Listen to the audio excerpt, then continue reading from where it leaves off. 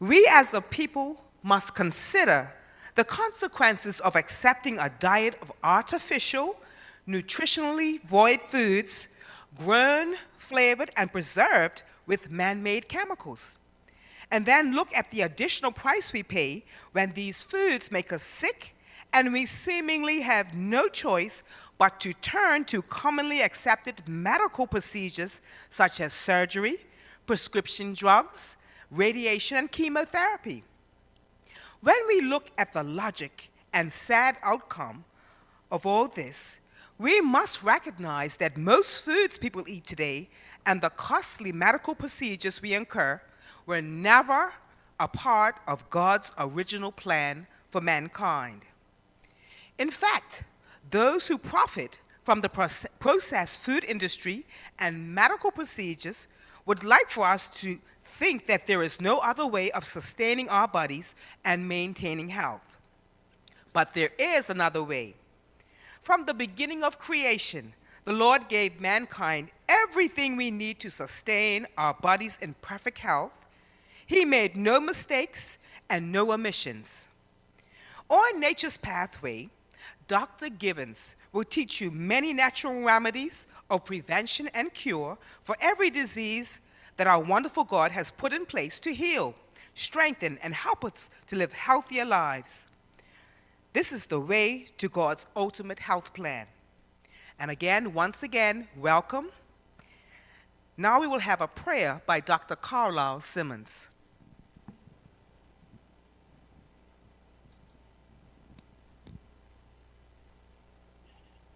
Let us pray. Loving Father in heaven, creator of the universe and creator of nature, thank you for the wonderful gifts that you make available to us. And we pray in a very special way for our presenter, Dr. Gibbons, today, as he leads out in this presentation, Nature's Healing Remedies. May we learn the things that you'd have us learn and give us the strength to put into practice the things that will help us to stay well and enjoy wellness and good health. And then in the end, oh Lord, bless everyone who's in these presentations. In your precious name we pray, oh Jesus. Amen. Amen.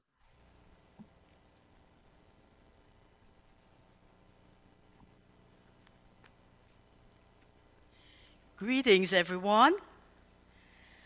The presenter and I have quite a bit in common. I'm here to introduce him.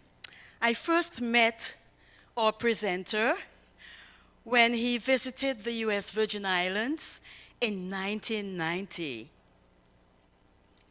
On that unforgettable weekend, his two nieces were graduating from a class that I taught at the Adventist school there, and he showed up, apparently as a chaperone for a class trip. There was much more behind that. Incidentally, that very weekend, I was supposed to have been at Loma Linda, California, for my graduation from Loma Linda. But as God would have it, I decided to graduate in absentia. And there he was. Fast forward 31 years. Our presenter, Dr. Leonard Gibbons, is now a two-time graduate of Loma Linda University. He is a graduate of Oakwood University, as I am. He is a graduate of the Australian College of Phytotherapy, Banning School of Massage, and UG Pines Institute. Dr. Gibbons works with patients and clients in conjunction with primary care physicians, and his focus is always on lifestyle medicine.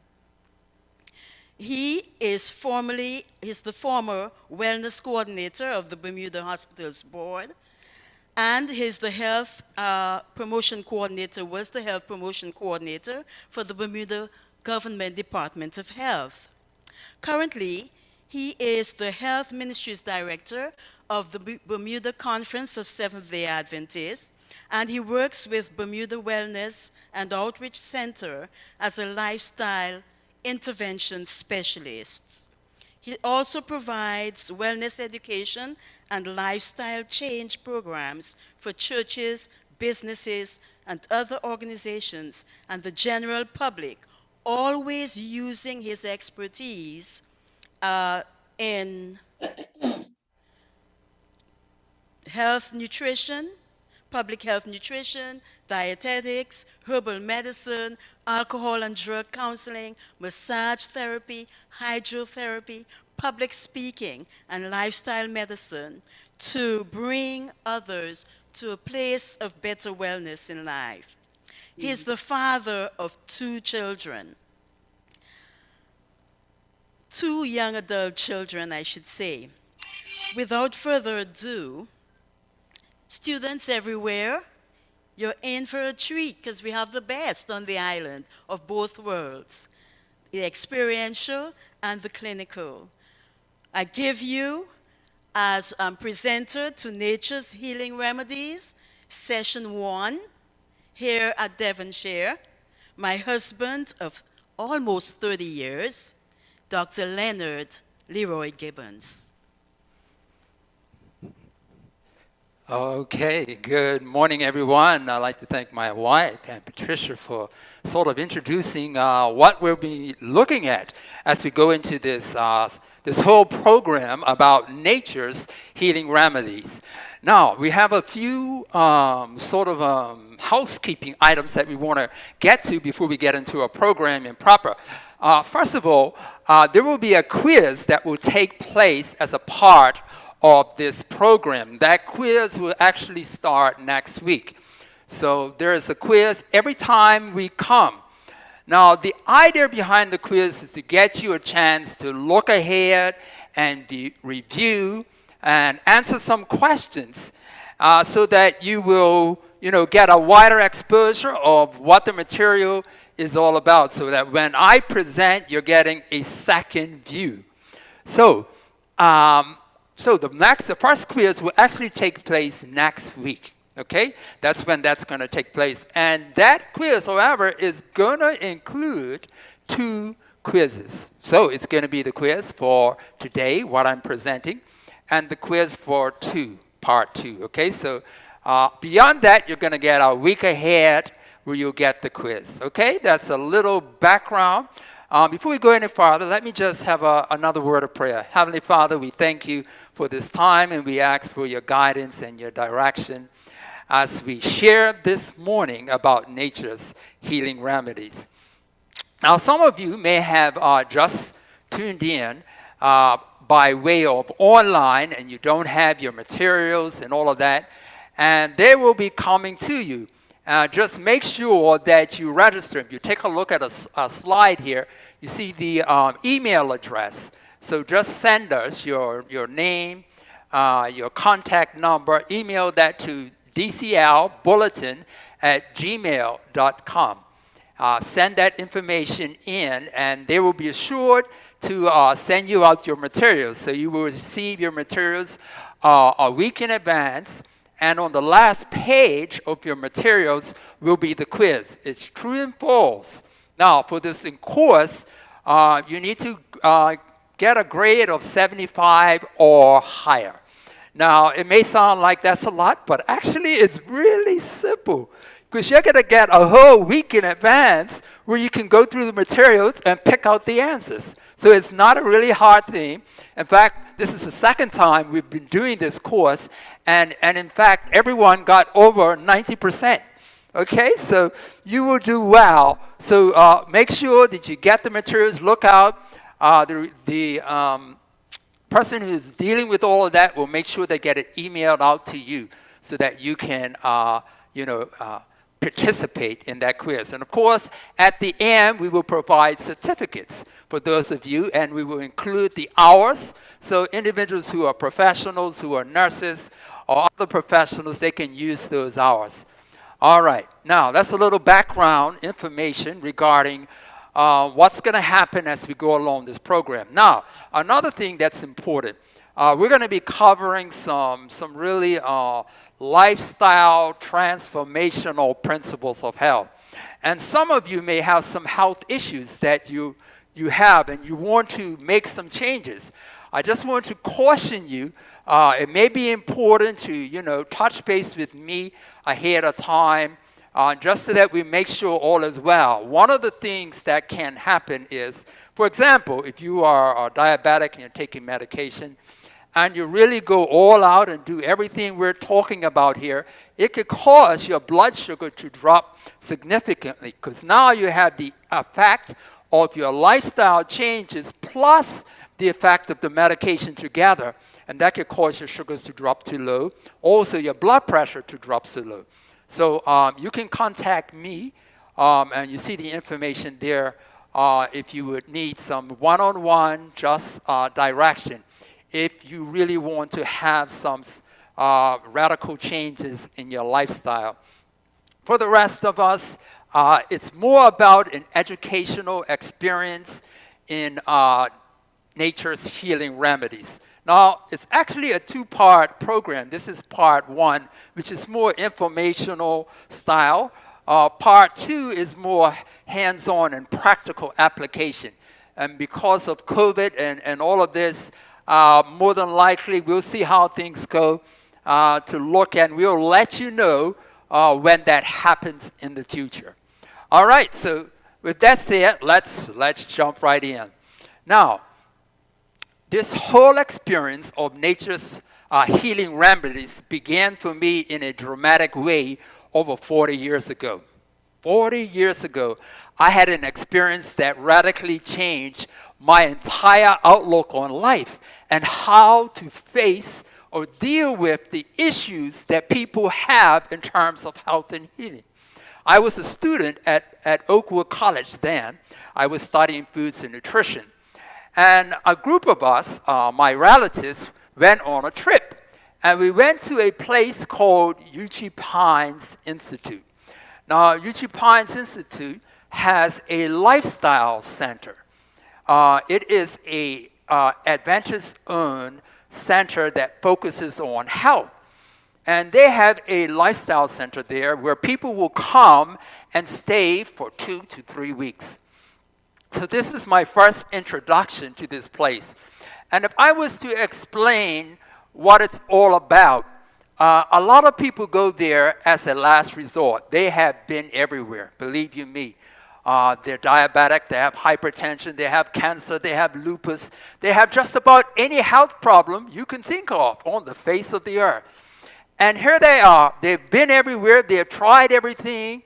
And one of the conclusions, the physicians or the providers have said to them, you know what, you just got to live with this. You're a diabetic, you're going to be a diabetic for the rest of your life. You just got to take these medications. You're hypertensive, you are hypertensive. You are defined by your disease. And as I looked at the faces of those individuals, in fact, because years later, I actually went to school there. And one of my responsibilities was to do an opening sort of a presentation or introduction.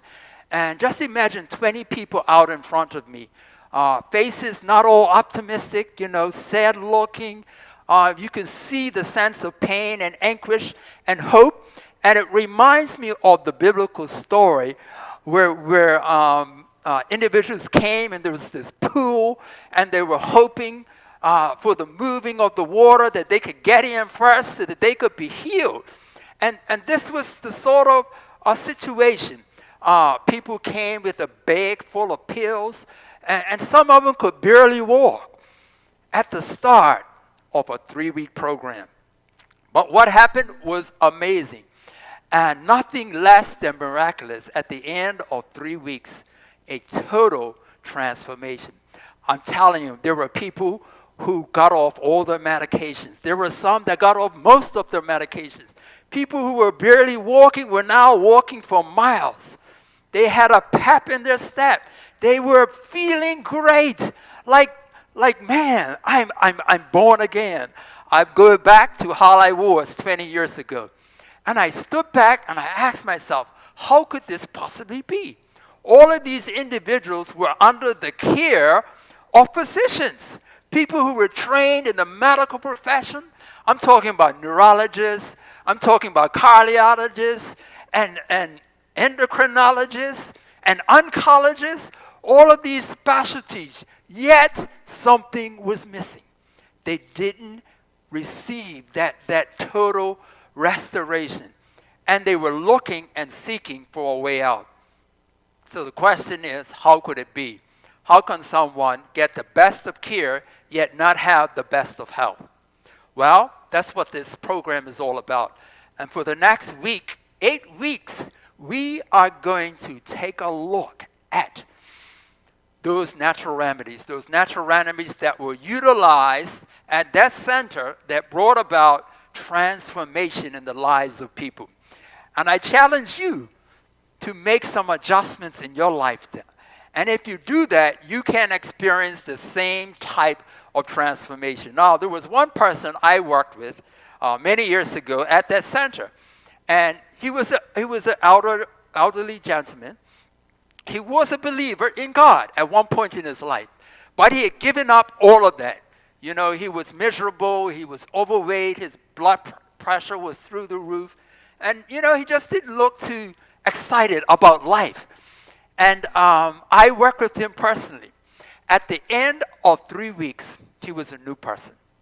In fact, he accepted God as his personal Savior.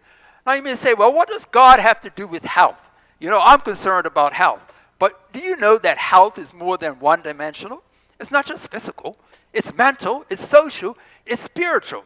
And when I think of spirituality, I think about love and patience and gentleness and meekness and temperance and self-control. I think about the ability to interact with people and to have a peace that passes understanding. Now, that is what true religion is all about. If you don't have that, you don't know what it is. But in any fact, this guy got it. His life was transformed. Nobody was banging on his door trying to get him to change. But an environment of holistic healing brought about a change in his life. Now, if you have your materials with you, there's one piece that wasn't in the, not in the presentation here. If you turn the page, it says A Pathway to Wholeness, Nature's Healing Remedy Purpose. And I just want you to take a look at that. And we're going to go down to,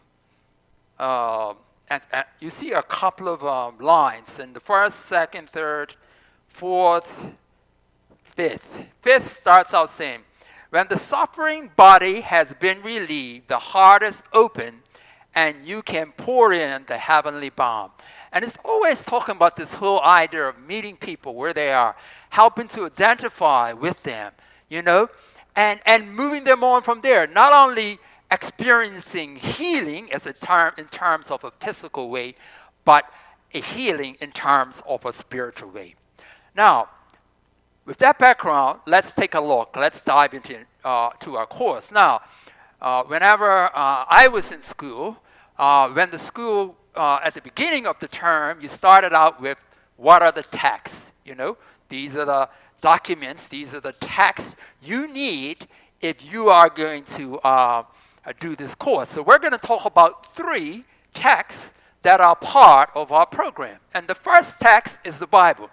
Now, the reason I'm using the Bible is because, from my perspective, that it presents the total picture of health. And we're going to talk a lot about physical health here. Now, I believe that God is the creator of all of us. And if God created us and God provided a manual to keep us well, then this is where we need to go. This is where we need to start. We need to look at that manual. And so there's an interesting statement in the book of Exodus, chapter 15, verse 26. And it's all talking about this whole idea. If you listen to me, if you do what is right in my sight, if you follow all my principles, I will not make you to suffer any diseases of Egypt. When I look at Egypt, I'm looking at the world, by and large. Those who do not know God, do not follow the principles of health. And next week, we're going to be talking about what were the diseases of Egypt.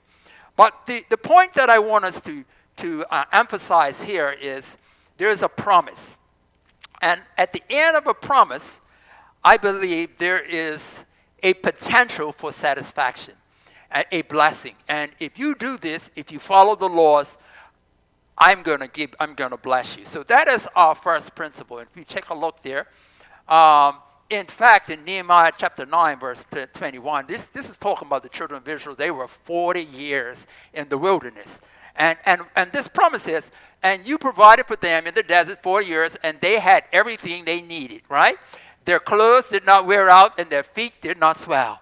So when we follow the principles of health, we get blessed. So that is one of our textbooks that we will be looking at as a part of this program. But we have another textbook, and it's the works and writings of Ellen G. White. Now, Ellen G. White, as you can see, she was born in 1827 to 1915, and she was at a time where all what we know about modern medicine and all the research and all of that hadn't taken place. But here she was writing information in books. One of the books, you can see that picture, says Counsels on Diet and Food. Okay? Now, a little bit about her. She was a Seventh-day Adventist, and she was part of a small group of Seventh-day Adventists at this time, and she received what we call visions from God. In 1848, she received her first vision on health. Now, her education ended at about the age of 12, all right, formal education. And she wrote works on health. Now, one of the amazing things is this aspect of visions. Now, what is a vision? And a person who has a vision, they're sort of like in a state, I don't know if you can call it a trance-like state, but one miraculous thing that happens that has to give you some sense that something more is at stake here. This is not somebody who is just, making believe that they're doing something. When people go into vision, they do not breathe. And in fact, she was in visions for sometimes for over an hour. And just imagine, there was no breath. Physicians would come into the area, you put a mirror up to your face, and if you're breathing, you can sense that someone is breathing. So the question is, how could a person go for a whole hour and not breathe, right? And then come out of that and totally be fine, just like you and me, like we are here. So this was a miraculous occurrence, and it happened many times. But what is even more miraculous is what she talked about and the principles of health that had not even been discovered at that point. So we're going to take a look at some of those principles here. Now, the Bible talks about this in Acts 2, verse 17. In the last days, God will pour out His Spirit, and you will have visions and dreams. And it was all about giving you updated information. So the Bible gives you information way back when, and then, over 100 years ago, I believe that update was given with some more details, and this is what was shared. Now, that's the second source of information. Now, there's a third source of information, and that information is research. Now, most of us today, we rely on what we call research. Okay, you said it, she said it. What's the data that shows that it works? So how do we do that? Well, we have two groups. We have one group that's following what you think should work, and another group that is what? They're not following any of it, right? So you have a control group, and you have the experimental group. Now, the question is, at the end of the study, what's the difference? Does the person who follows what you say should work better than the other group? If they are much better, the conclusion is what? That it works. All right? So for those of you who may say, well, you know what, I'm not too sure about this whole idea of the Bible, or I'm not too sure about this concept of this person, Ellen G. White, over 100 years ago. She didn't get formally educated in health. Why should I follow her? Well, let's look at the science. Because the science actually puts into practice, right? Applies that which we see in the Word of God, that which we see in the writings of Ellen White, to actually verify whether or not it is true. Okay, so that's what we're going to do. And let's start. Let's start. First of all, now, this is an interesting statement made by Ellen G. White. It goes like this. For there are many ways of practicing the healing arts, but there is only one way that heaven approves. Now, this is a bold statement, right? You can say, well, God, there are a lot of remedies out there, and believe you me, there are a lot, right? And people go to all sorts of people, palm readers, acupuncturists, you name it. There are people that look in your eyes and say they can diagnose any disease. There are some that will look at the bottom of your feet, how your feet is, all sorts of beliefs that people have. And the question is, how do I know what is true? Well, this is her statement. So, there is only one way that heaven approves, the simple agencies of nature that will not tax or debilitate the system. So, no side effects. Simple agents of nature, these are powerful remedies. So, this is how she starts. Okay. Now, pure air, sunlight, abstemiousness. Now, abstemiousness actually means temperance. We're talking about balance, okay? Rest, exercise, proper diet, the use of water, trust in divine power, these are the true remedies. Now, those statements there look pretty like, is that what you're going to talk about? Where's the stuff? Well, we're going to unpack for the next 8 weeks principles that are gained from those laws of health. And you're going to see some amazing transformational power. God uses the simple things to confound the wise. And some of the most simple things have the most dramatic effects. And believe you me, a gentleman came to me over a month ago, about 2 months ago, actually. And he wasn't a typical patient, right? Most people come to me because they're diabetic or they're hypertension. You follow what I'm saying? Because one of my degrees is in nutrition. I'm a registered dietitian, so they think of me in terms of someone who just changes their diet in terms of nutrition. So this person had abdominal pain. They had pain that it's been going on for years. They had diagnostic tests. They've been to specialists, and no improvement. So what did I do? You see these 8 remedies? It was through these 8 remedies. Today, absolutely no pain. Totally free. In fact, he was so excited, he had another issue. And he's scheduled to see a specialist, right? An internal specialist. And he said, you know what? I'm going to come to you, right? I've been to these guys for years, and I've had no improvement, so I want to come again. And I didn't know whether or not he would be healed. You follow what I'm saying? But I shared with him the principles, right? We use water treatment, right? We use diet, and he's a new person. So we're not talking about something that does not work. We're talking about something that is powerful and transformational. In fact, another individual had these issues with lupus, right? And today, no symptoms, all gone. Something that was told you have to live with it for the what? Rest of your life. There is no cure. So, we're going to talk about that. So stick with us. Next. All right. Now, natural means used in accordance with God's will bring about supernatural results. We ask for a miracle and the Lord directs the mind to something simple. Now, I truly believe that God is the great healer above all things. And even if I'm talking to someone and we're not praying, I'm praying, right? And I say, Lord, direct me, give me wisdom, show me what's the best combination of natural remedies to help these individuals, right? And thoughts come, right? And ideas come, and I apply those things.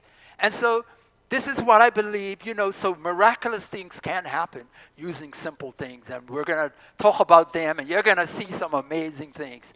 All right, let's go. Now, the physician who depends on drug medication in his practice does not understand the delicate machinery of the human organism. Now, this is an amazing statement, right? Made over 100 years ago. If you depend on it, in other words, if you didn't have it, you couldn't practice. Are you following what I'm saying?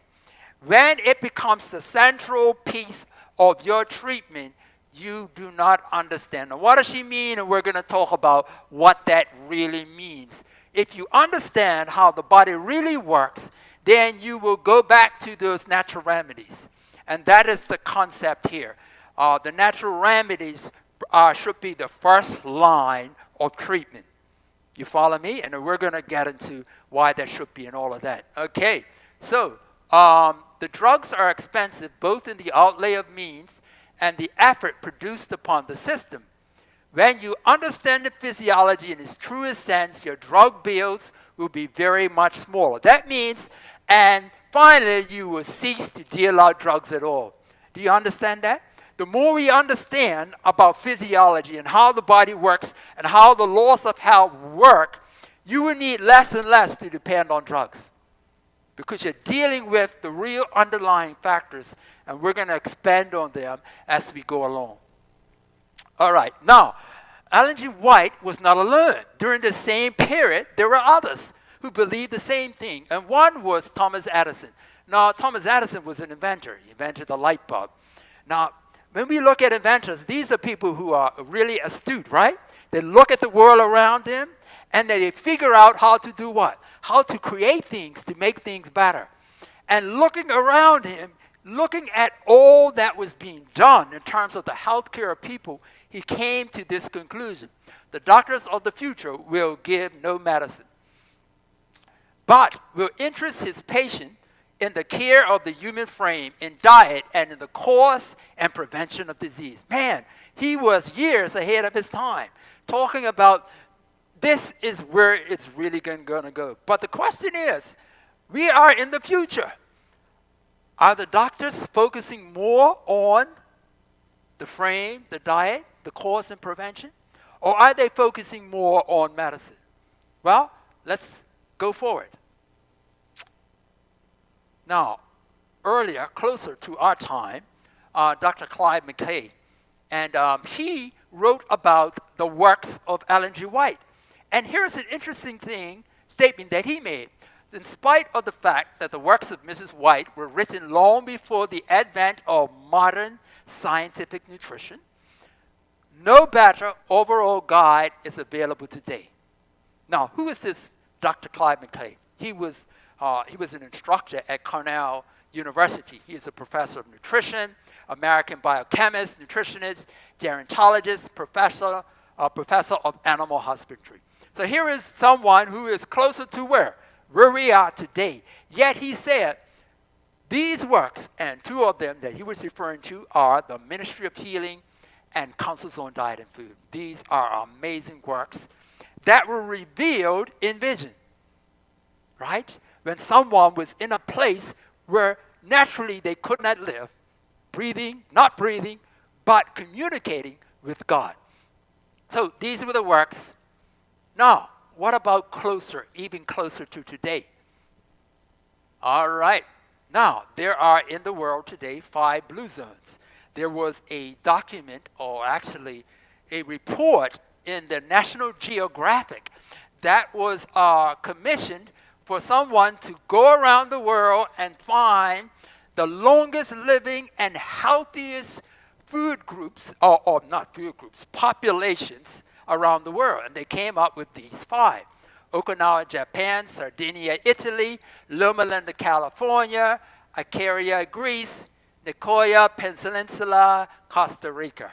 Now, these are the 5 areas where people are more centenarians, people who live to the age of 100 or older than anywhere else in the world.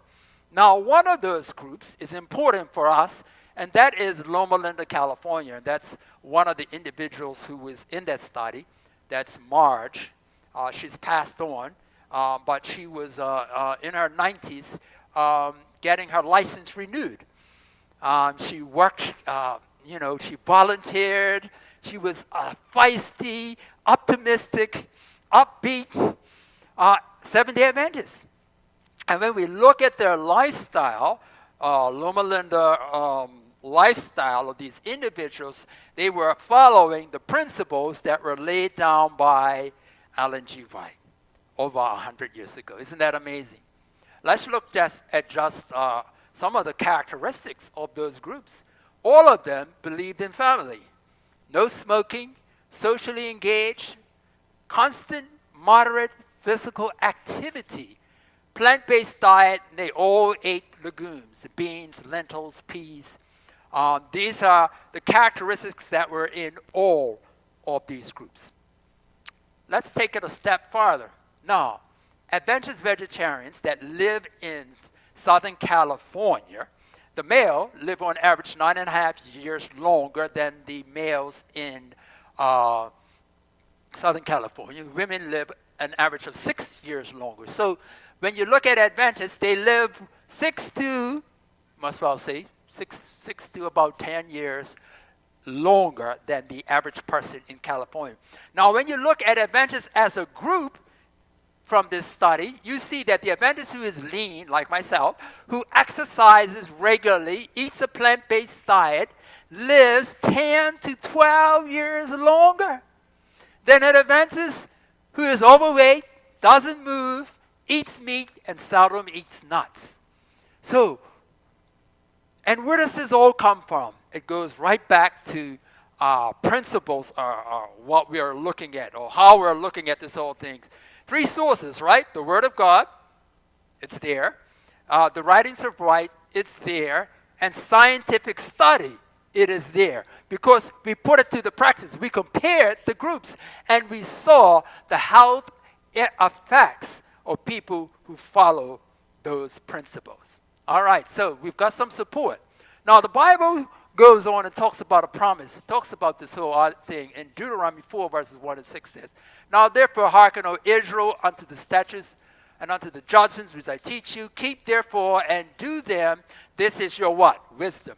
"If you follow the principles of health, you will be wise." And what will happen because of that wisdom? Your understanding, the sight in the nations shall hear of these statutes and say, "Surely this great nation is a wise and understanding people." So here is God saying, listen, I got some amazing principles of healthful living. And if you follow those, you know what's going to happen? The people in the world are going to look at you and say, these people are amazing. Isn't that what they have done in terms of the Seventh-day Adventists? They put us on a book, right? We are part of the blue zones. We are the longest living people in the world. Isn't that amazing? Based on following what? Principles of health, what we're going to be talking about as we go on. Yes, for what nation is so great? God is so nigh unto them, and a nation is there so great that has statutes and judgments.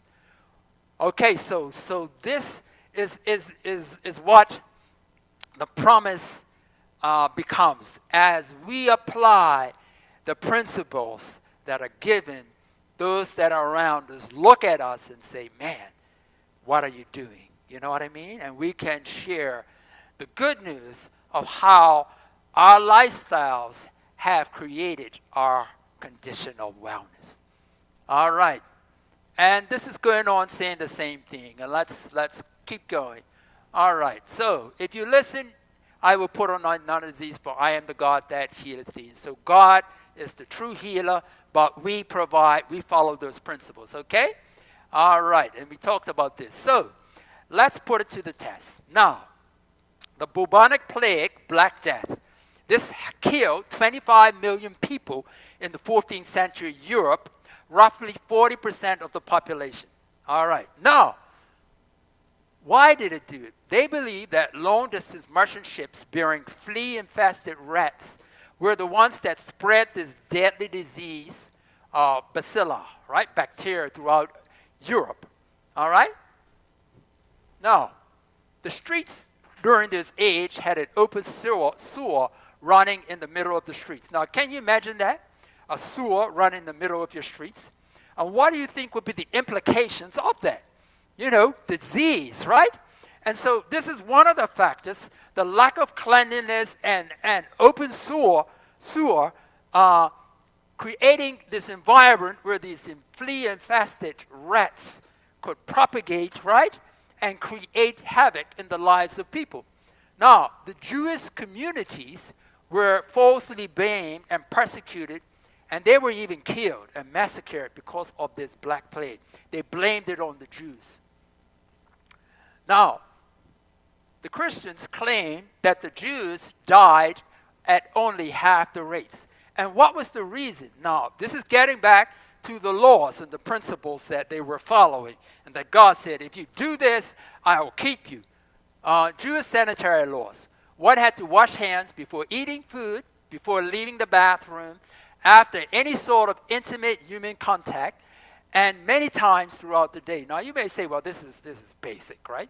Well, back during those times, this was not basic practice. In fact, in general medieval world, a person could go half his or her life without ever washing his hands. Can you imagine? People just don't see any value. So here you have an environment that is conducive to what? Disease, right? All right, this is amazing. At least once a week, a Jew bathed for the Sabbath, and a Jew did not drink water from the common wells in the city.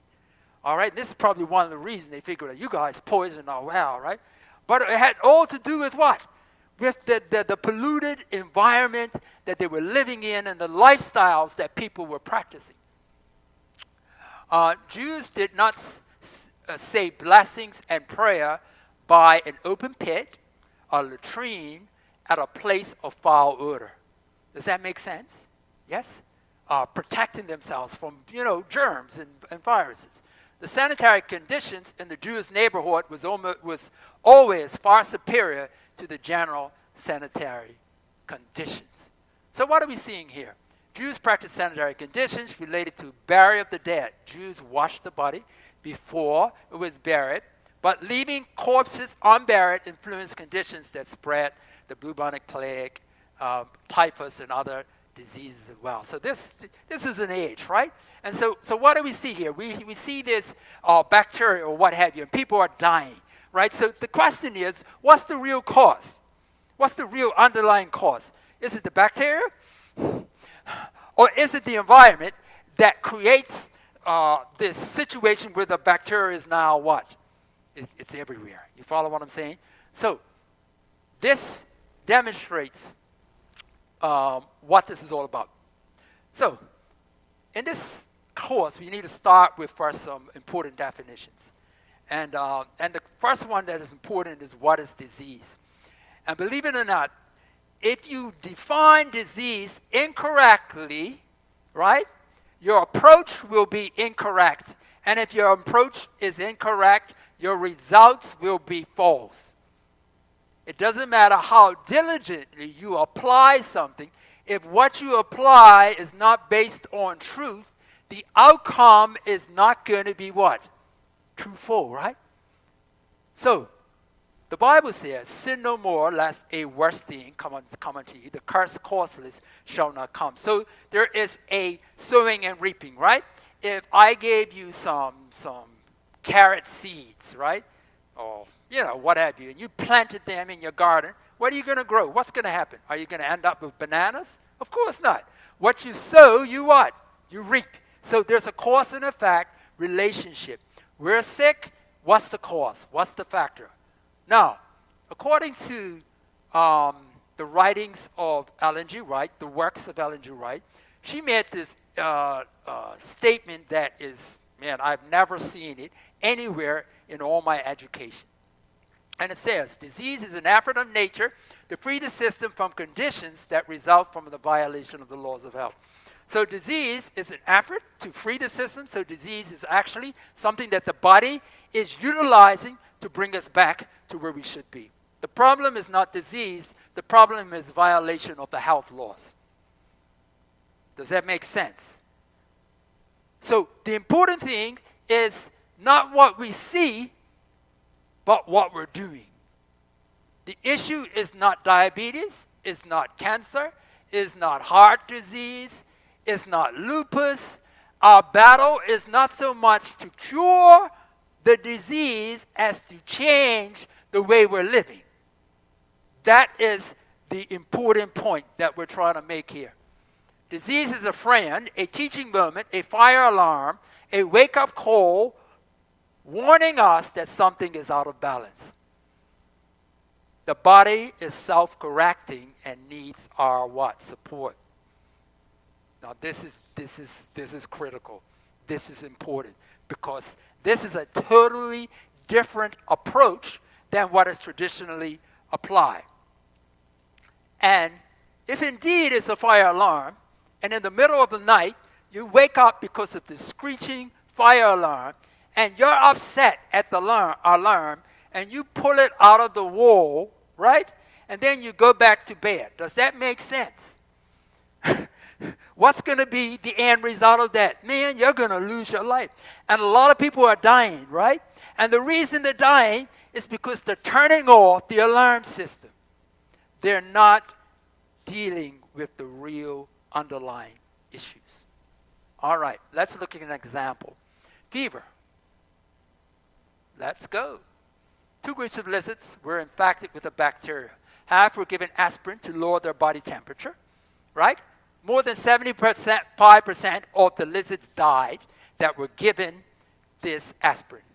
Are you following me? They were all infected, injected, and those that were given aspirin, 75% of them died. Now, those that were not given the aspirin, they left them alone. And you know what the lizards did? They crawled out into the sun, right? Their temperatures increased, right? To 104, to 107, and less than 33% of them died. What are we talking about here, right? The fever is a friend.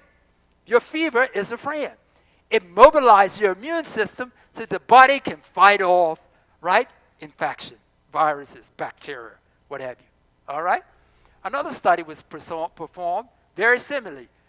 And in this one, let's go to the next. 5 animals increased their mean temperature. The body temperature increased by 33 degrees. And they all survived. Can you believe it? Isn't that amazing? So 7 did not develop a fever, and they all died within 3 days. So it's important to understand, okay, then what is the body trying to teach me through what I'm experiencing? The fever is a friend. Now, when I was at UT Pines, I actually gave people fevers. Can you believe it?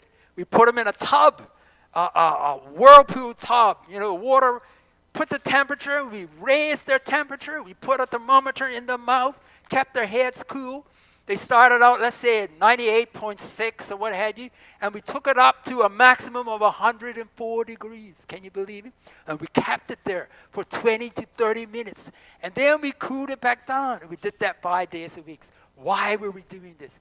We were using the fever that is a friend, right, to fight the infection and the viruses and the issues that people were dealing with who came to the center.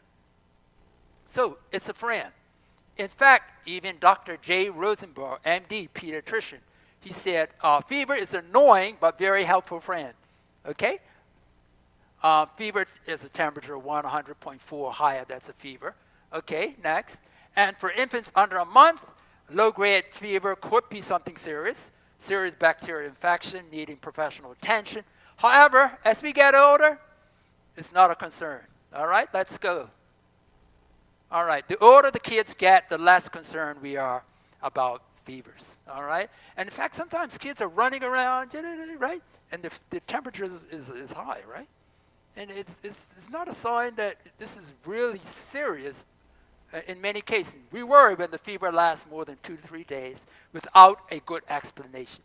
And when the child becomes dehydrated and they are lethargic, those are reasons for we need to do something about this. All right. Okay. Brain damage has not been associated with high fevers, even fevers as high as 107. Okay?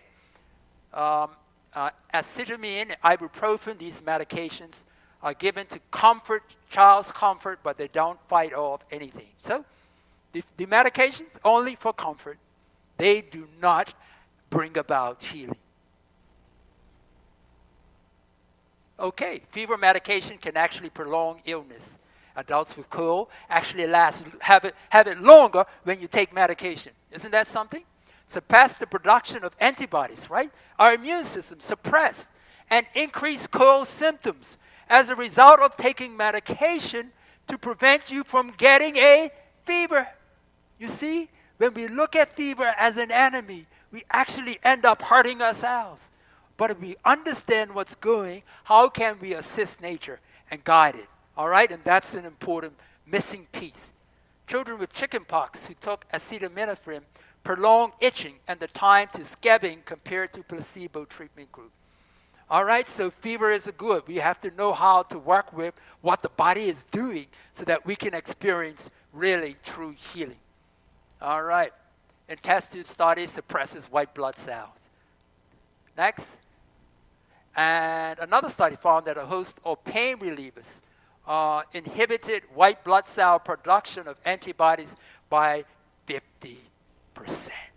Isn't that something? Okay, so here are some benefits. You increase white blood cell activity by 200 to 300%. So all your white blood cells are back relaxing, right? No issues out there, right? The minute something happens, right? You're exposed to a virus or bacteria or something, what happens? They come out. Now, if I give you a fever, if I put you in a sauna, or I put you in a very hot tub, right, and I raise your temperature, your white blood cells come out roaring. You follow me? They wake up whenever you're heated. And if I follow that heat by a cold shower, that will even intensify it. So this heat and this cold is a sign for the body to what? Come into action. So anytime you're feeling unwell, that is the time to what? How do I mobilize my white blood cells? And fever can do that. Artificial fever. Your red blood cells can increase 20 to 30%. Hemoglobin increased by 5%. Oxygen carrying capacity of the blood in the hemoglobin. So you will feel better. Isn't that amazing? The most rapid rate of movement of white blood cell happens at a temperature of 104. Are you with me? So 104 is optimal temperature for what? Fighting for you. Now, foreign elements and bacteria are more easily destroyed.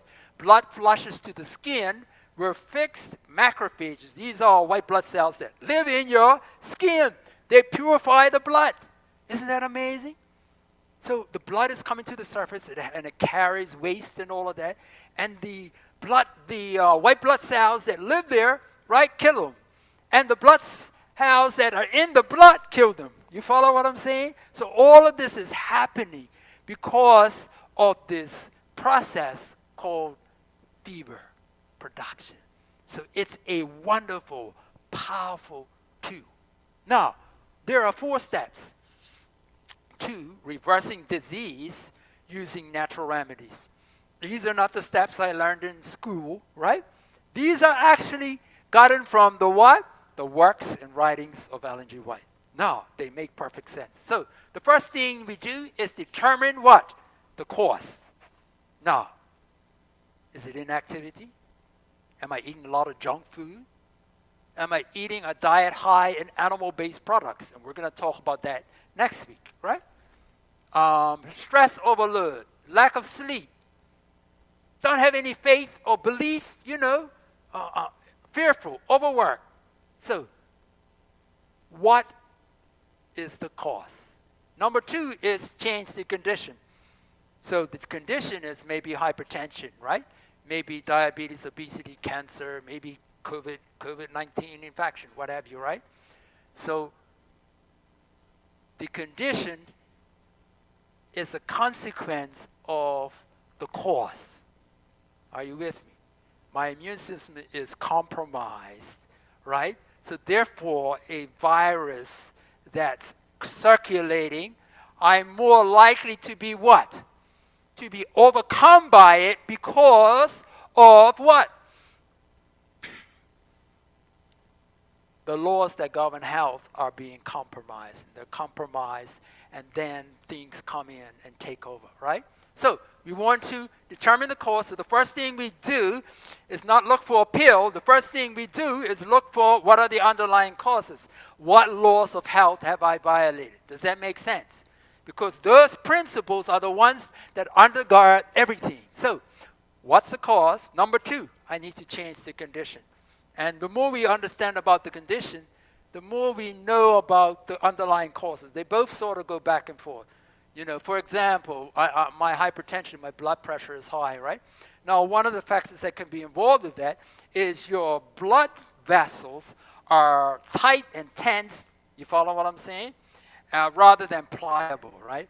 Your heart beats and works in accordance with how healthy your blood vessels are. If your blood vessels are very pliable, right? If your blood is thin and easy to flow, you follow what I'm saying? Then the heart doesn't have to work as hard, right?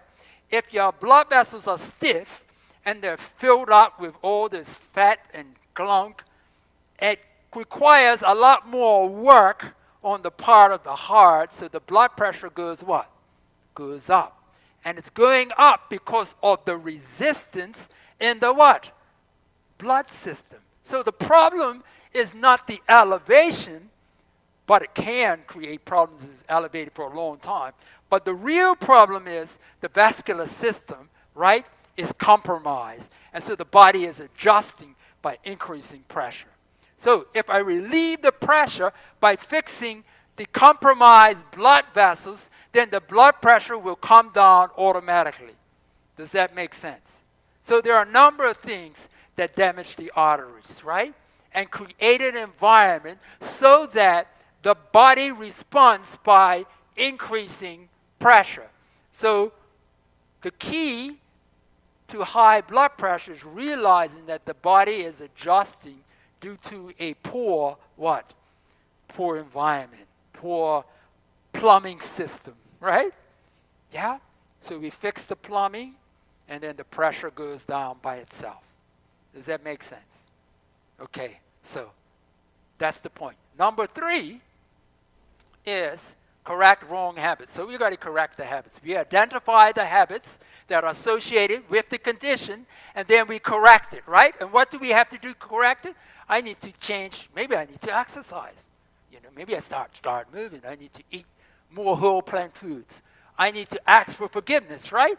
I need to trust in divine power. I need to go to bed early. You know, what are the things that I need to do? So there's a basic things we need to do. And number four is assist nature. Now, sometimes we need to do a little extra. You follow what I'm saying?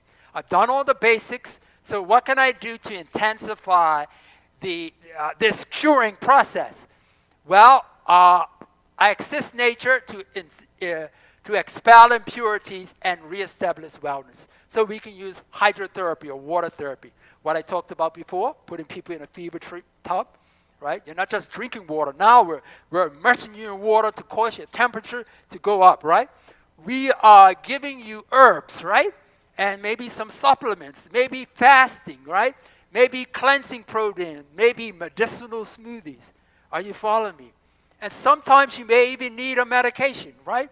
One of the problems is sometimes we've turned off the alarm system for so many years that our body is permanently compromised. Are you following me? For example, in terms of blood sugar, your beta cells that produce insulin, if they're totally shut, then you can't survive without what? Adding insulin, externally. You follow what I'm saying?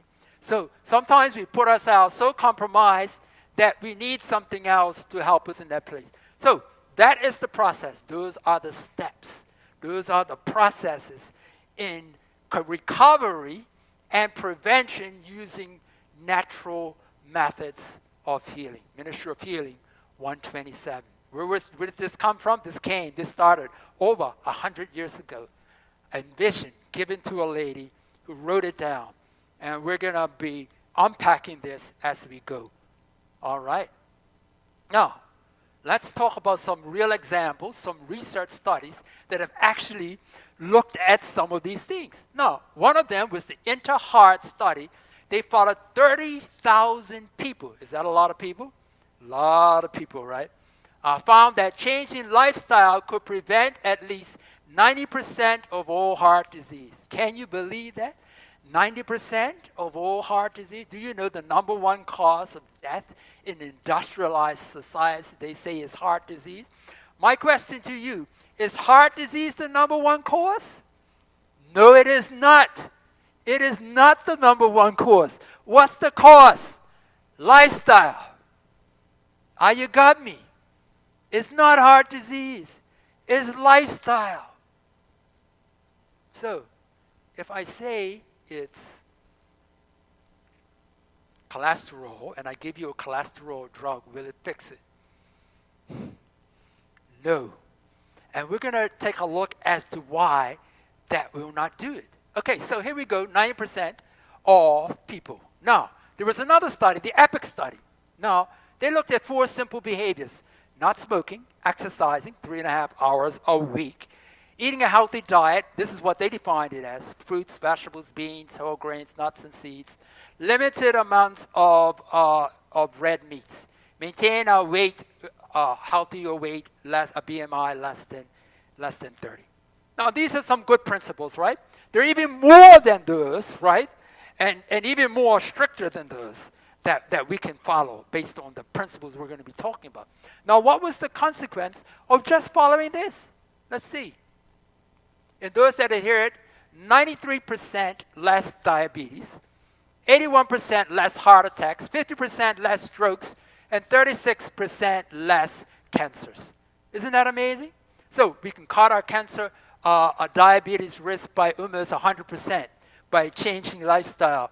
Heart attacks by 80%, strokes by 50%, and cancers, over a third of all cancers gone, never existing, just by following these principles here. And that's basically what this study, 23,000 individuals. All right?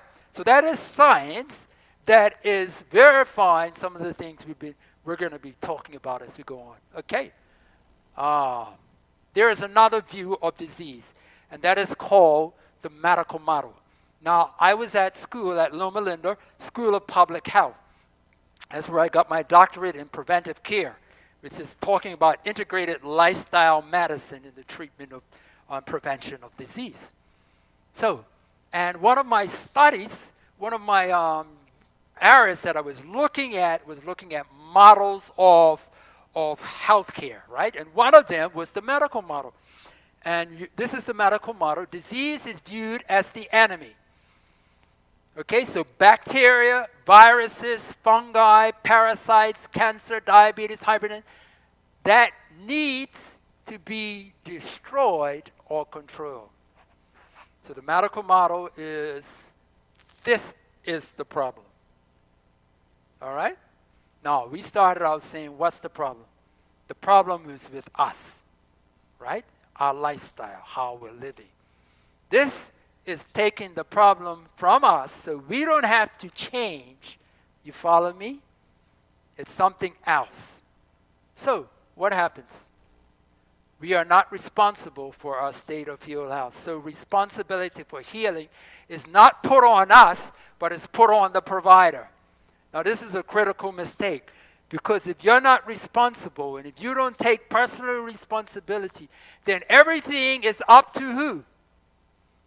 To your provider. You come into your provider, you get some tests, he says you have hypertension, he writes a prescription. You go and take that prescription, right? And you believe that what? That is the what? That's the answer. So I'm in my office, and this person comes in, and they have hypertension, right? Their blood pressure is high. And I say to them, do you check your pressure? No. How often do you get it checked? Well, once a year when I come for my what? Yearly checkup, right? Okay. And I check the pressure, and the pressure is high. Now, okay, for a whole year, you've been taking this medication, right? Your pressure's high, right? Your pressure's no better. And this is all you're doing. What is wrong with this? Something's seriously wrong. And you know what's seriously wrong? We're not dealing with the real issue. The issue is not the pressure. The issue is the compromised system that is responding with an elevation of blood pressure. And because you believe the solution is in the pill, you don't modify your lifestyle. And if you don't change your lifestyle, then you're going to die because of those choices. Does that make sense? So, a lot of people are dying, right? The number one cause of death we call is heart disease, but it's not heart disease, right? It's a poor lifestyle habits. And the body's response is the arteries are getting clogged, and right? Because it can't fix it. You follow what I'm saying? We're just piling on these poor habits which are corroding, the arteries and creating these issues. So we're not responsible, and we look to experts outside of ourselves to provide a fix. Many times that fix is in form of a what? Of a pill, right? And that many take for the rest of their lives. And believe you me, I see people there, and elderly people are prime examples, right?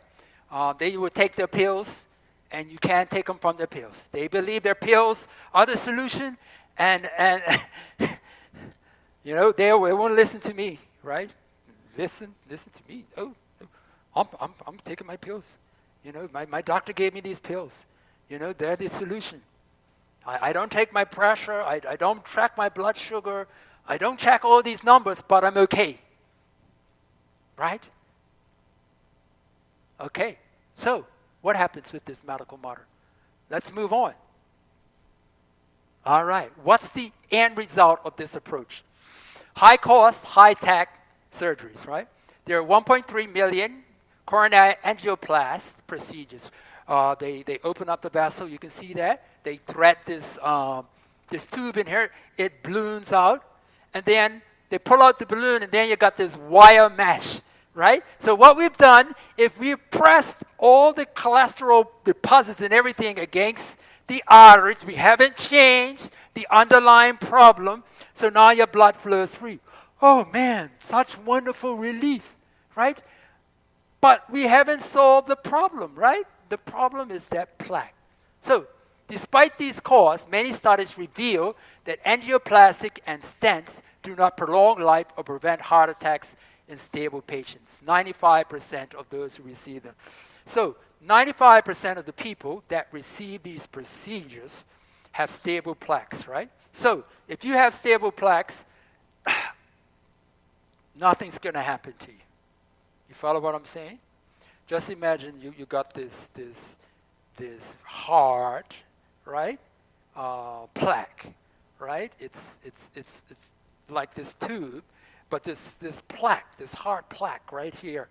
And it's not going to break anywhere. It's thick, it's hard, and the blood's just flowing through. It's not as efficient, but it's not going to break off. The ones that break off are early plaques, right? When it's forming.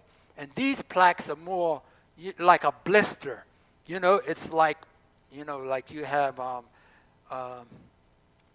what can I say? It's sort of like a sore on the inside of your artery. Like you've ever had an infection and there's pus on the outside and it comes out. Well, just imagine the inside of your artery. It's like it's filled up with like pus, and it's got cholesterol and all of this. And what happens is cholesterol forms crystals, and those crystals can what? Can pierce the artery, the blood vessel. And if it pierces the blood vessel and it opens up and the blood flows inside instead of outside, what do you think your blood is going to do? Well, your body's designed to clot if you get bleeding, right? And so now it's going to clot on the inside, and when it clots on the inside, it can lead to a heart attack, a stroke, or something like that there. So the reality is, it's most of the procedures are performed on people who it doesn't benefit them at all. And as a result, and coronary bypass surgery prolongs life in less than 2 to 3% of people that receive it. So you got a condition where we're spending billions of dollars, right, to correct where it really helps very few people, but we're spending out a lot of money. We'll be better off focusing on the what? The lifestyle piece. Does that make sense? That's what we've been talking about. Let's go. Let's take a look at the American Cancer Society. And this is just an example of where we're headed. In 2005, $4.7 billion budget they were allocated to the American National Cancer Institute. Now, around a third of more cancer cases could be prevented through, no, go back, don't go there. A third or more of cancer cases could be prevented through eating more fruits and vegetables. Are you with me? More plant-based, that we know. Now, the American National Cancer Institute spent $1 million in that year on education, press work, encouraging people to eat fruits and vegetables. That was 0.02% of a $4.7 billion budget. Tell me, what's right with this? Right? You have a budget of $4.7 billion, and 1/3 of the cancers are related. In fact, it's more than a third. It's more like a half. Are related to diet. And we spend 0.02% of the budget in an area that's responsible for over a third of all the cancers. So where is the money spent? Think about it. Where is it going? It's going chemotherapy and all of these other forms, when very little is spent in the area that could make some tremendous benefit for people. Let's go on. Now, what's the impact of chemotherapy? Now, this is one study that was published in Clinical Oncology in the year 2004 on a 5-year survival rate in adult cancers. And the average was 2%. 2% of individuals survived. And let's take a look at one here, colon cancer. There were 13,936 persons with colon cancer. And of those, in 5 years, 146 people were alive, meaning 1% of that entire population actually benefited. Now, does that look like a really amazing therapy that everyone should be clamoring to get when nearly everyone passed on? In the case of breast cancer, 31,133 patients put on chemotherapy, and in 5 years, 446 were alive. So, we need to be spending more money in the areas that really work. And the areas that really work get back to those fundamental principles of health. It's not throwing pills at it. It's adjusting the way we live. Yes, prostate cancer. In this study, 23,242, and no one was alive 5 years later. Okay, these are people with advanced, cancers, and they're given chemo, and at the end, and we are spending $4.7 billion, right? More now, probably more now than then. But in the end, so few people are really benefited. Let's go on. So, drugs are expensive, both in the outlay and means and the effects produced upon the system. So are they really create problems? Let's see. When you understand, your drug bill will be smaller, you will cease to deal out. Now, this was made more than 100 years ago. They gave all sorts of drugs, right? Toxic drugs, right? Now the question is, have we improved since then? Let's take a look. Okay, The physician who depends on drugs in his practice does not understand the delicate machinery of the human organism. So let's move on. Okay, this was produced in the year 2000. Dr. Barbara Starfield, she wrote in the journal JAMA in July 26. And these were the conclusions. Medical care is the third leading cause of death in America today. Causes more death than a whole lot of other things. Now, estimated annual death by medical care, adverse drug effects, 106,000 people. So in the hospital in America today, over 100,000 people die from the correct prescription of drugs. Not errors, but correct. So this person should get drug A or drug B, and they die. 106,000. Hospital-borne infections, 80,000 die in the hospital. Other preventable errors in the hospital, 45,000. Unnecessary surgeries, people die, 12,000. Medication errors, 7,000. Total, 250,000 people die in the hospital due to medicine today. Now, how could this be, you may ask? Let's go. Hello. Oh.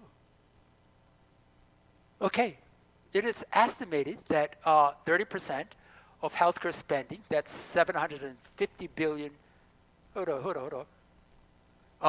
$750 billion annually is wasted and does not improve health. Is that amazing? This was the Institute of Medicine 2011.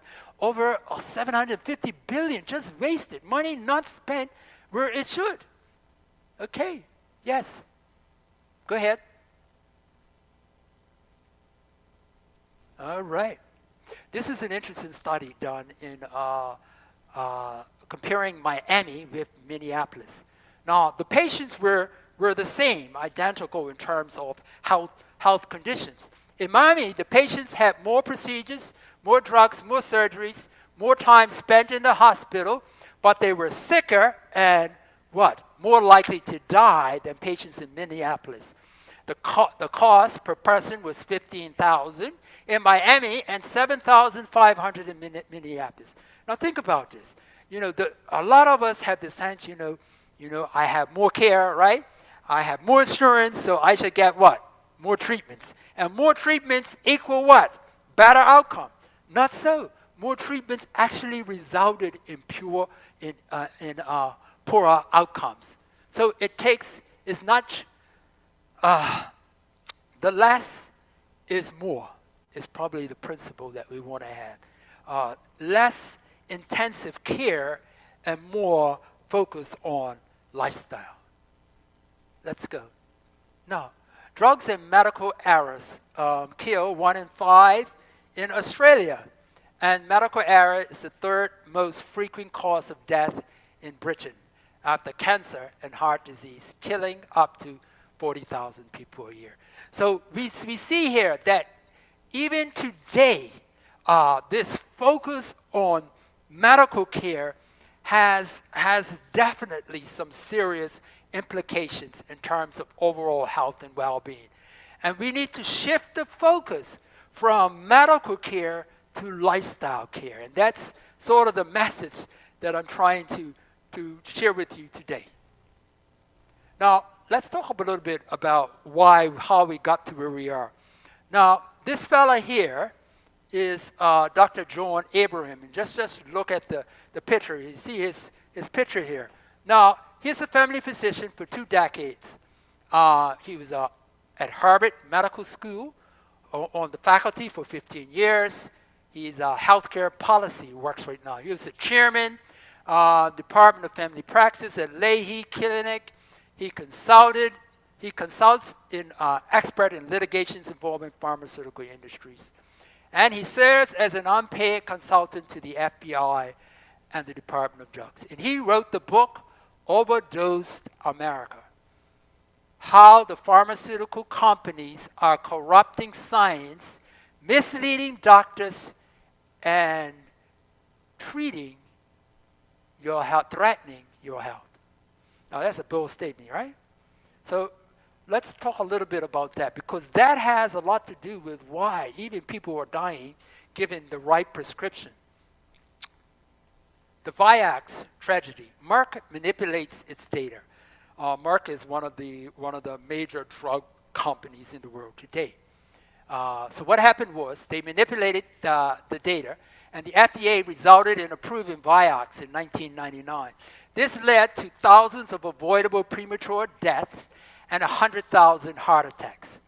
The FDA failed to recall Vioxx earlier. They knew that it was creating problems, but they did not recall it. That resulted in as many as 55,000 premature deaths from heart attacks and strokes. So here was a drug put on the market, and the company, the Merck, knew that it caused health problems, right? So they hid, right, the truth, right? And thousands of people died, 55,000 and 100,000 out of it. Merck agreed to pay $4.85 billion to settle nearly 27,000 lawsuits that claim the arthritis drugs cause heart attacks and stroke. So they paid out $4.85 billion for a drug that killed 55,000 people, and nobody was held liable for it, criminally liable. Oh, they had paid out, but who went to jail for killing 55,000 people? Nobody. How does that happen? How does that happen? Something's wrong. Something's wrong. Now, I just highlight just one of these. How pharmaceutical companies get favorable results. What they do is they conduct a trial of a drug against a treatment known to be inferior. So let's say there's a treatment that they know that is very, very bad, very bad. So they will compare their treatment with that very bad treatment. So it looks like they are what? Their treatment is better, right? It is better, but it's still bad. But they will manipulate the data to make their treatment look good. Another thing they do right at the bottom, they do multiple trials and select for publications results from centers that are favorable. So to give you an example of what they have done in the past, they don't publish the results from all the trials. Let's say 10 studies were done on a particular drug, and one of the studies shows that it really works, or 2 that it may work. 8 show that it's not a good thing. So if you have 8 studies that show it doesn't work, and 2 studies that show it might work, what do you conclude? Well, you conclude on the basis of all of those studies combined that it's not an effective treatment. So what should happen? That drug should be what? Should not be used. But what has happened in the past is they hide all the data from all the trials that show it doesn't work and just publish the trials that show it might work. And this is one of the reasons why people could be dying. So doctors are looking at the journal, and the journal says, this is good, this works, but it doesn't work. And this is the type of manipulation of data, and it has more to do with profits than the health of people. And it's another reason why I think it's important that we focus more on the lifestyle piece, right? Because it's getting at the root underlying cause. Okay. In the 1970s to 1980s, the production of medical knowledge was silently privatized. So before 1970, you had researchers, research institutes, and health professionals that were doing studies. They would apply for a grant, and they would do the studies. Now, what happened in the 1970s to 1980, it switched, and it went privatized. What happened was, prior to the, of course, let's look at the next slide. Let's see. Funding was radically cut with President Reagan taking office, right? So from 1977 to 1990, the funding for clinical trials by private industry, the drug companies, went up sixfold. So now it went from these researchers and doctors who were doing these studies to the pharmaceutical companies. They were the ones who started to do all the studies. Are you with me? And what is it about pharmaceutical companies? Well, they are privately funding, right? And they are out to make a profit, right? For their shareholders, right?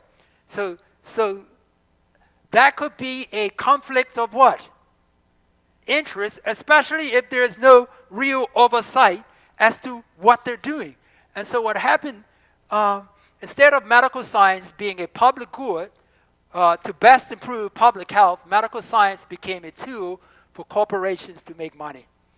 And that is what has happened. That's the truth. That's the bottom line. I'm not going to sugarcoat it. There is corruption in medicine. And don't go around assuming that everybody is concerned about your health and well-being. So all of this is all documented in the book by Dr. John Edison, well-respected clinician, and you can find that yourself. Okay, let's move on. Now, what determines health? Well, lifestyle. Now, in this particular graph, which I got from the health department, said 51% is lifestyle. But in fact, more than 51% life. But what it's saying is health care, as we typically, when we talk about medical care, hospitalization, all that sort of thing, only 10% of health is responsible to what? Medical care, right? So more than 50% is what? Lifestyle. Does that make sense? That's the idea. Now, let's look at the next slide. Now, there was a study, 2,872 twins. This is the Danish twin study. And what they found is life expectancy, 10% is genetics, 90% lifestyle. So their view is lifestyle has more to do with life expectancy than what? Any other factor. Okay, so if this is so, where should we be spending our money? Where should we be soaking and all thousands and millions of dollars? Where should it be going? It should be going in what? This area, right? Let's see what happens. In Bermuda, budget 2016-17, 86% of the budget was spent in health care services, hospitalizations, insurance, long-term care, treatment care facilities, administration, all of that, 86%. Now, how much was spent in lifestyle? That's at least a little, community health, oral health, healthy schools, 6%, right? Environmental health, 8%, right? So most of our dollars is spent in the area that's responsible for what? The smallest percentage. And consequently, we had this amazing, costly healthcare system, and we're one of the sickest in the world for a number of health issues. And why is this so? Because we're focusing on symptoms and not dealing with the underlying cause. We are symptom managing using thousands of dollars on medical care when we should be spending money on lifestyle care. So, how did we get here? Louis Pasteur. He was a French biologist who believed that microorganisms, germs, cause disease. Okay, are you with me? We catch bacteria and colds and viruses. He believed that bacteria could not be found in a healthy body, and that microbes flying through the air on dust particles were responsible for all possible disease. The question is that true? Okay, let's see. Now, this theory laid the groundwork for today's costly but lucrative medical treatments to track, treat, destroy, stop germs through testing, vaccination, synthetic drugs, Antibiotics, chemotherapy, radiation, surgical removal of body parts. Okay, this is the foundation, because if disease, if germs are all of the problems, then all we need to do is come up with something to what? Kill all the germs. And if we kill all the germs, what will happen? We'll get rid of all disease. So this was the theory that has been perpetuated even to today.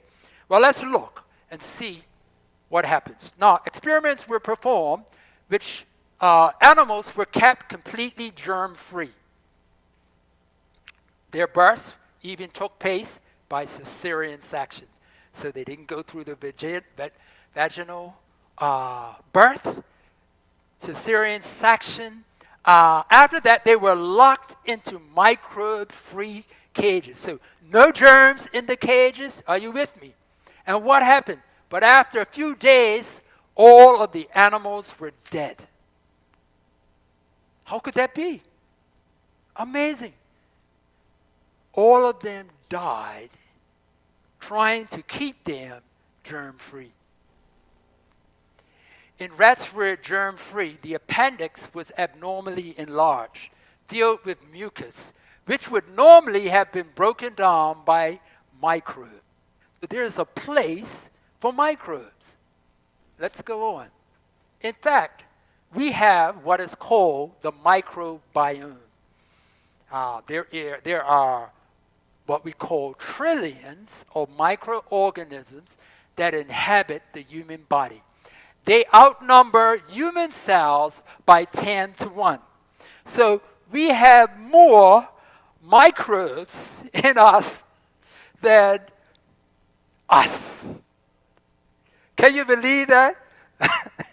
That's not a pleasant thought, is it? That all these microbes are living in us. And there is a symbiotic relationship that creates a perfect balance so that we can be healthy. Now, these microbes, don't go back. These microbes include bacteria, fungi, parasites, and viruses. These live in you, in me.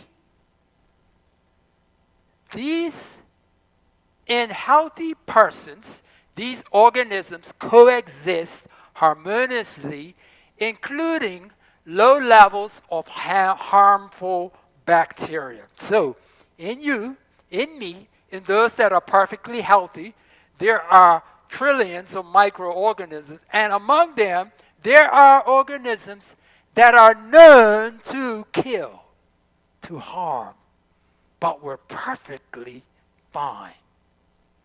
So how could this be?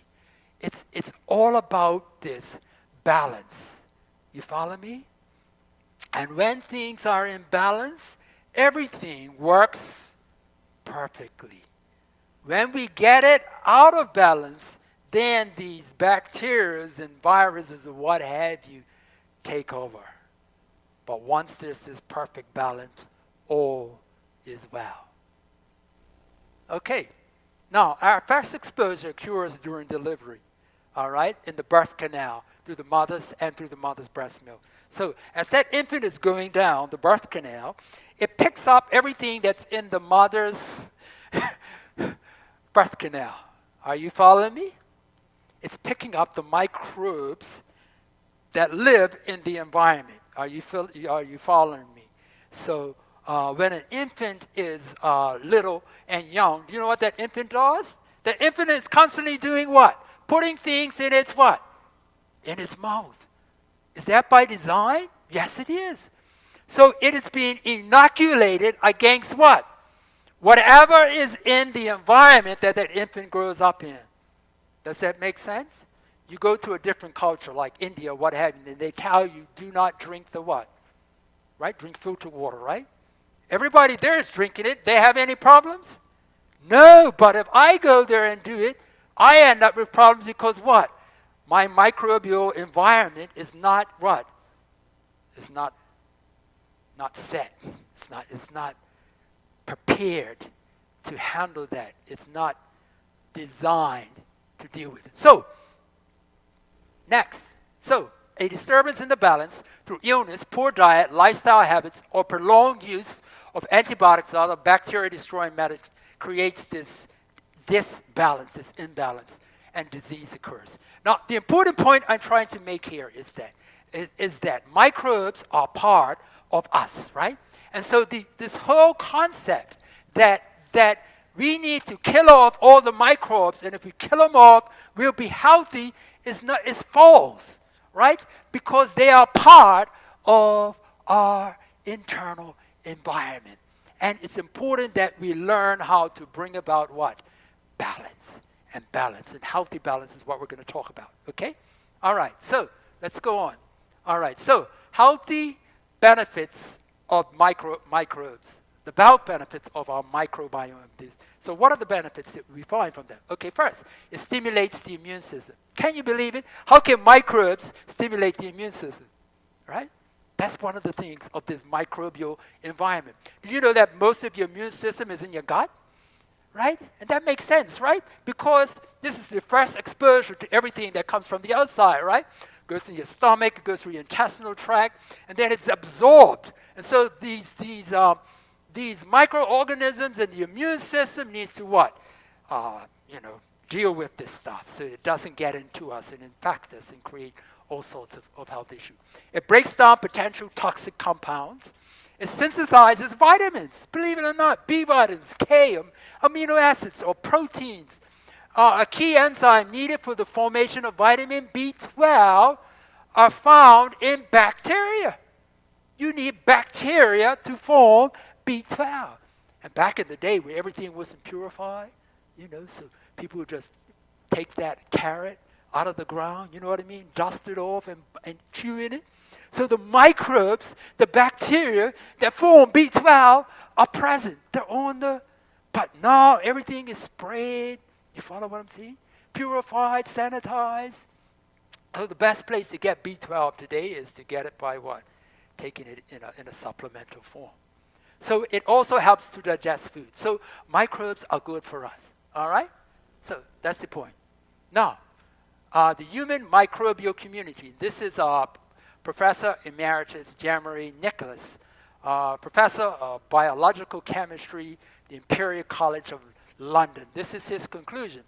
Diet clearly has a major influence on many diseases and modulates or balances, right, that complex internal community of microorganisms. So the microorganisms that live in us are balanced by what we eat, or imbalanced by what we eat. It's basically what it's saying.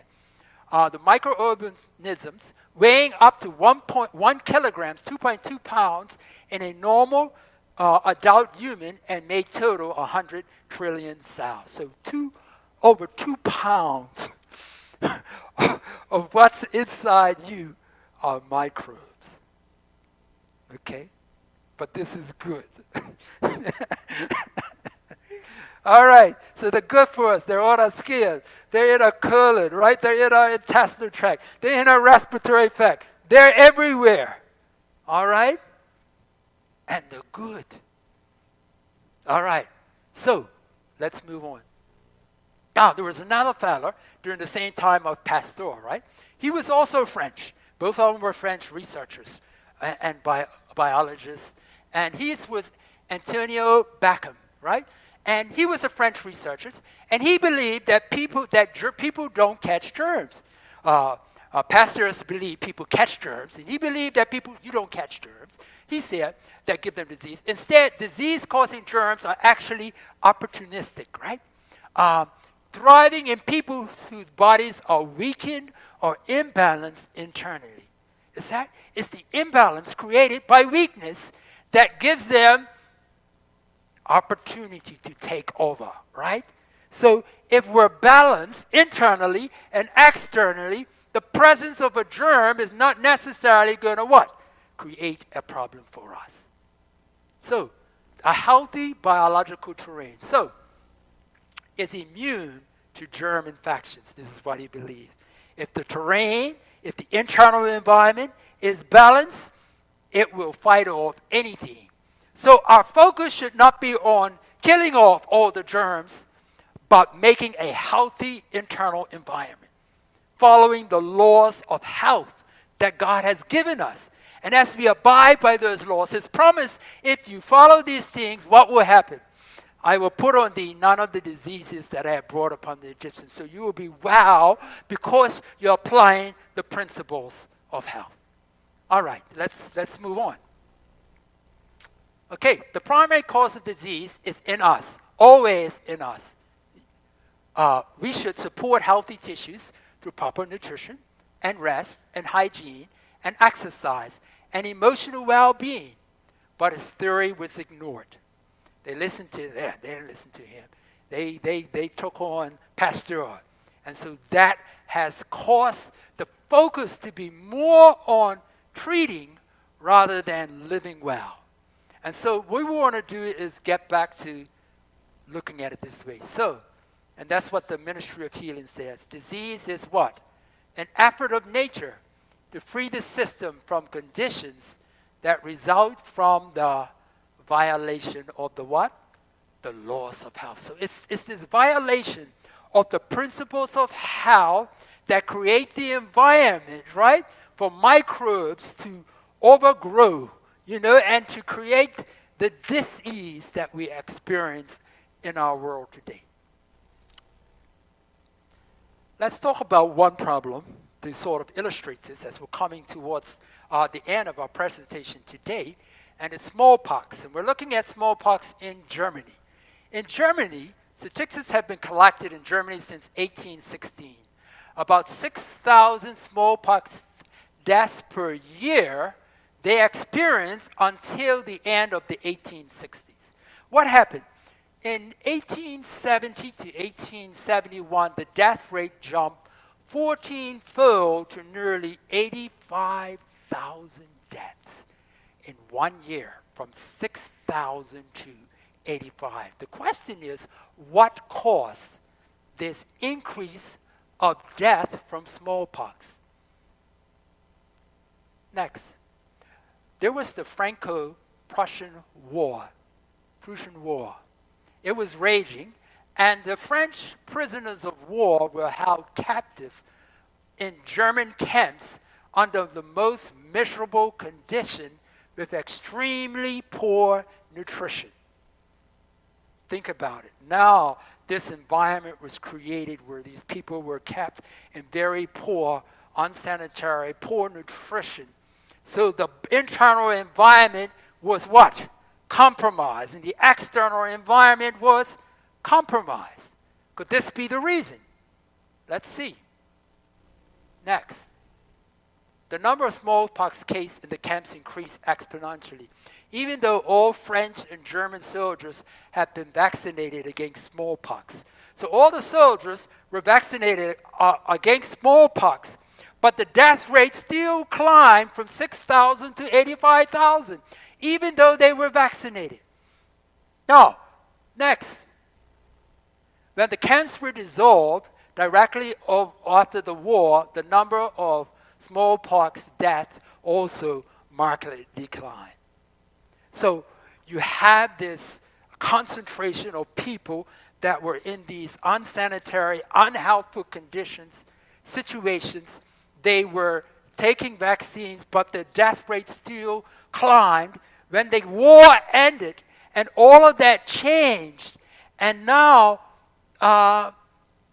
the death rate went right back down. In fact, if you go to our next slide, there was a doctor, 3 years later, in 1874, there were only 3,345 smallpox deaths in Germany per year. So it was even less than before.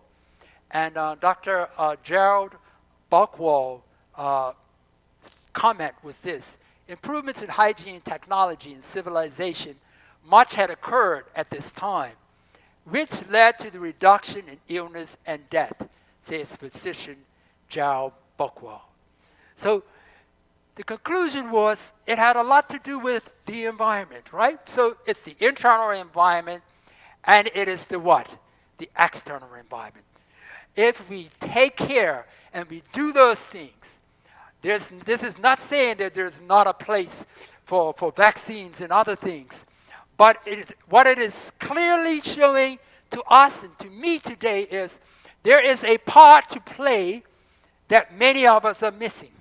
And that part to play is, am I following those principles of health and healing that God has given us? Now, I don't know if we have any questions. And if any are fielding any questions, let's see, did I have something else here? No, of course. There are many ways of practicing the healing arts, but there is only one way that what? Heaven improves. God's remedies are the simple agencies of nature that will not tax or debilitate the system through their powerful properties. So we began our session looking at this whole concept of what is disease, you know, and we talked about this whole aspect that there are, you know, many ways of practicing the healing arts, but there is one way that heaven approves. The simple agencies of nature: nutrition, exercise, water, self-control, rest, trust in divine power, the use of water. These are the true remedies.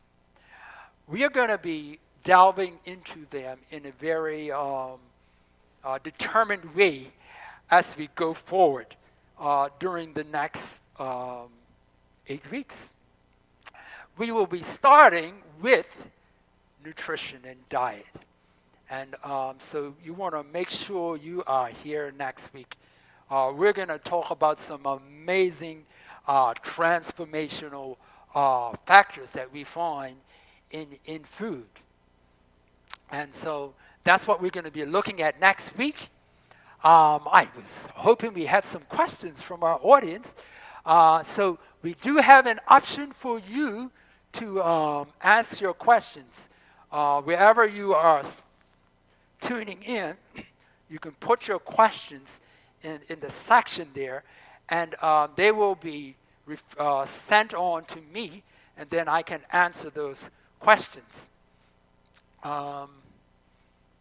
So I'd like to thank you so much for coming today, and we're ending a little shorter today, but I want you to think through what we've talked about. Take your lesson material, read it through, and complete the true and false questions at the end. And you will receive not only the lesson for this week, look out for the lesson for next week. And so you're going to have to do double homework. You're going to have to do the questions for both today, but you've already had a review of that one, so you should be pretty easy to do those question and answers. And then next week, we will look at our second presentation as we delve into whole plant foods, why they are important, and how they can be amazing in bringing about transformation. Let us bow for a word of prayer. Heavenly Father, we thank you so much for giving us this time that we can be together. And we're thankful for those who have signed on. And I pray that they will continue to be with us as we explore the power of natural remedies in bringing about transformation in the lives of those who apply them. Give us wisdom and knowledge and know-how, and help us to make those decisions ourselves to move in that direction and experience the benefits therein. In Jesus' name I pray, and for his sake, amen.